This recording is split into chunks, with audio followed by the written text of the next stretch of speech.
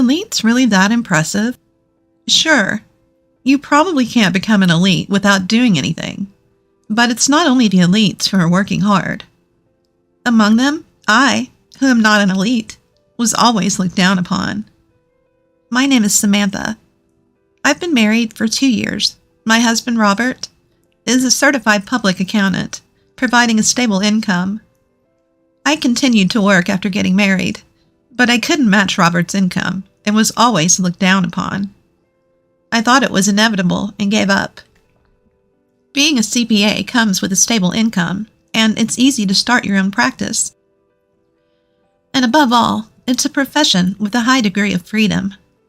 Moreover, there's no mandatory retirement age, and the sense of security that you will never run out of work is incredible. As a tax expert, he was in a league that I could never catch up to. As Robert's wife, I desperately served to prevent any shame. And then one day, suddenly my mother-in-law came to the house.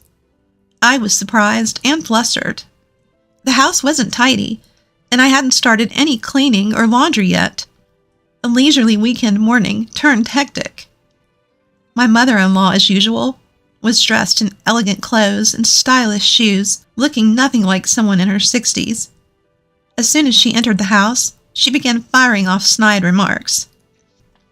"Oh, Samantha, what's this? How long do you intend to sleep? A wife must wake up before her husband and finish everything. You can't let your guard down just because it's the weekend." I'm sorry. I'll do it right away. Then I thought Robert would defend me, but he started making snide remarks too. "She's a slacker on the weekends.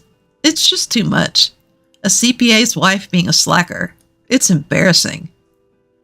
"That's a serious problem. A CPA is an elite.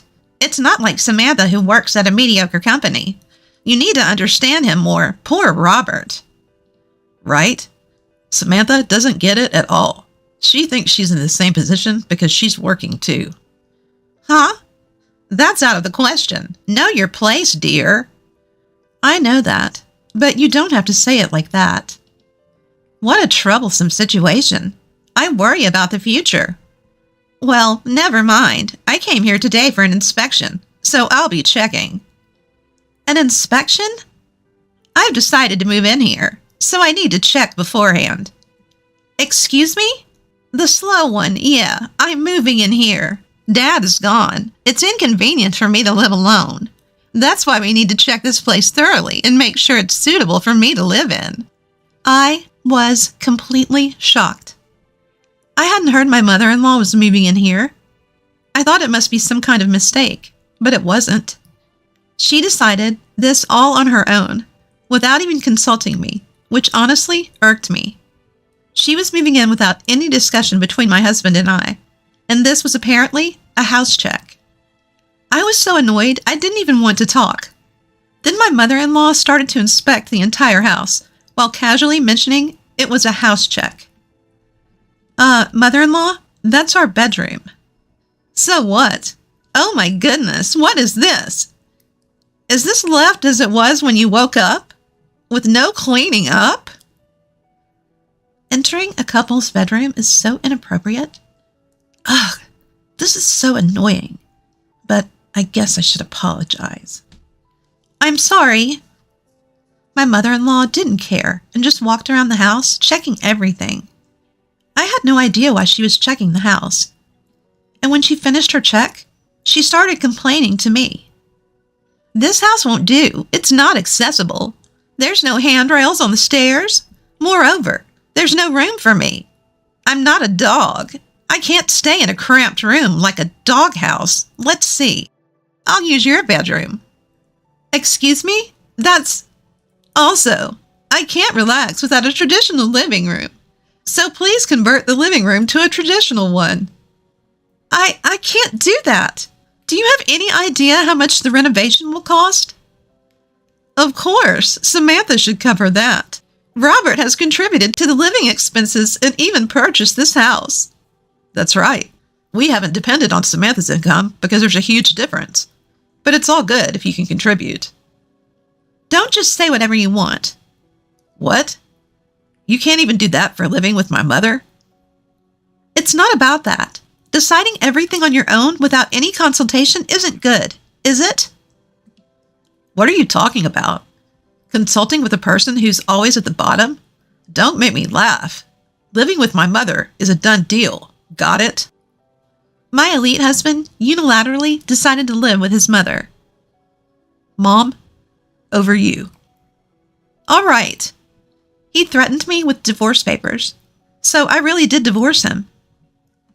No matter where you go, you're worthless, Samantha. You've got nowhere else to turn. So you've got no choice but to stick around here, right? Or do you want to get a divorce? Look, I've already filled out the divorce papers. Here, do as you wish with them. Silently, I took the divorce papers from Robert. The next day before going to work, I submitted them to the town hall. I had reached the end of my patience with his constant belittling. I understand that I may not be the most capable, but I'm working hard. Isn't that a given? Even on the weekends when I was busy, Robert would demand, "We're out of juice. Go buy some." Or, "I want sushi for lunch." He would say whatever he pleased. Every time I would go shopping, iron his shirts, polish his shoes, make and freeze a week's worth of meals, I was on the move all day and had no time to rest. I was doing everything I could for my husband. Because of this, I could not tolerate the behavior of my husband and my mother-in-law. And then there was the night I submitted the divorce papers. Robert started to ridicule me again. "What's this? You expect me to eat this?" "I'm sorry, I didn't have time today, so I just bought some pre-made food." "You're a failure as a wife. This is unacceptable, considering how much I earn. Right? You've always been good at the bottom of the barrel.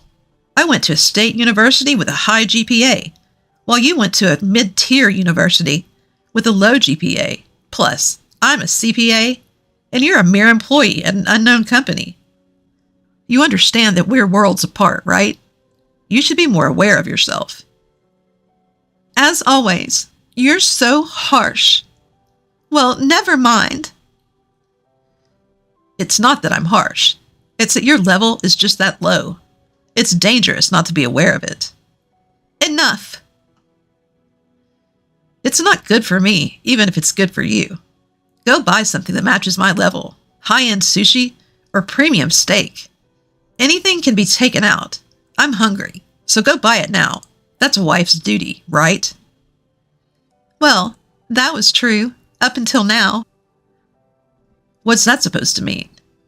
Your tone. That was true. Up until now. What's that? I don't have to serve you anymore. Please don't treat me like a slave. Just be grateful that I've prepared anything at all. What? What do you mean? I'm not your wife anymore. I submitted the divorce papers this morning, so I'm not your wife anymore. What? What are you saying? The divorce papers, the ones I handed over yesterday? That's right. You told me to do as I wished with them, remember? They were already filled out and stamped. I figured that must have been your sentiment. Wait. I only handed them over as a threat. What? Despite signing and stamping the divorce papers, you're saying it was just a threat? That's unbelievable. Surely not. They were accepted without any issues, though. Whoa. Please reconsider. Divorce? No. This is bad. I'm an elite, you know. Divorce, that's seriously bad news. I'm sorry, but I can't keep up with your public image. Although I might not be as skilled, I have never forgotten to be kind and considerate. I've never belittled or looked down on anyone. I've had enough. It was convenient while it lasted. I'll pack my belongings and leave this weekend. Of course, if you want me to leave immediately, that's fine too. This is bad. What should I do? I have to contact my mom. I never thought that my husband could be such a person. Suddenly, I felt completely detached.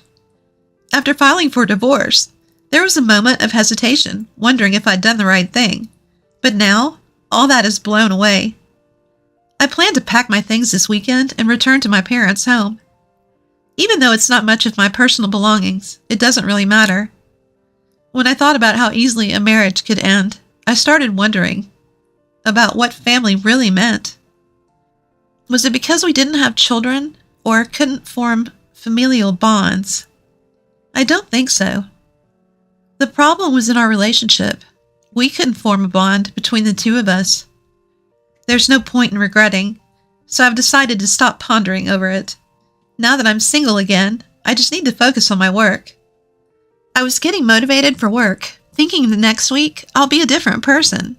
But then, during the weekend, I borrowed a car from my father to move my packed belongings, while my ex-husband didn't even bother to help, just pacing around relentlessly.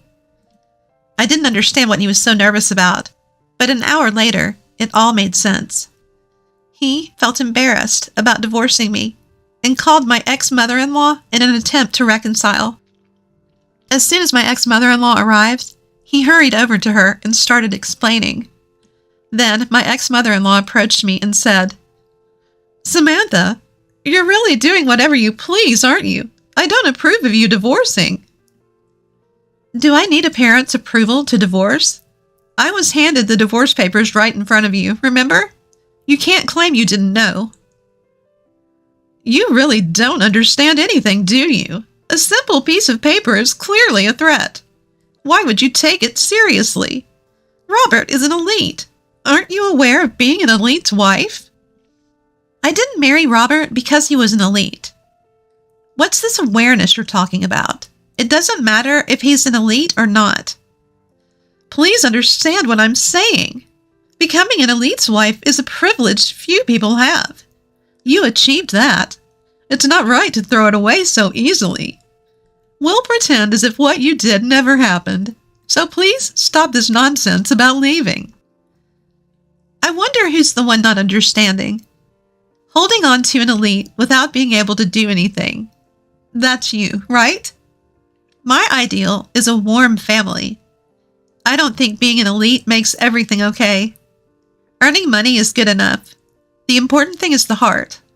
A heart that you and your son seem to lack. Be quiet. You have no right to say such things. How dare you talk back to me? You're just a daughter-in-law. I'm not a daughter-in-law anymore, no matter what you say. I've become single again, so I'll do as I please. Wait. That's not correct. Suddenly my mother-in-law seemed to lose all her momentum. Well, I couldn't care less anymore. And so I started packing again and quickly left that house. The confused faces of those who didn't bother me. I just said thanks for putting up with me. I'm sorry for being such a low-class wife.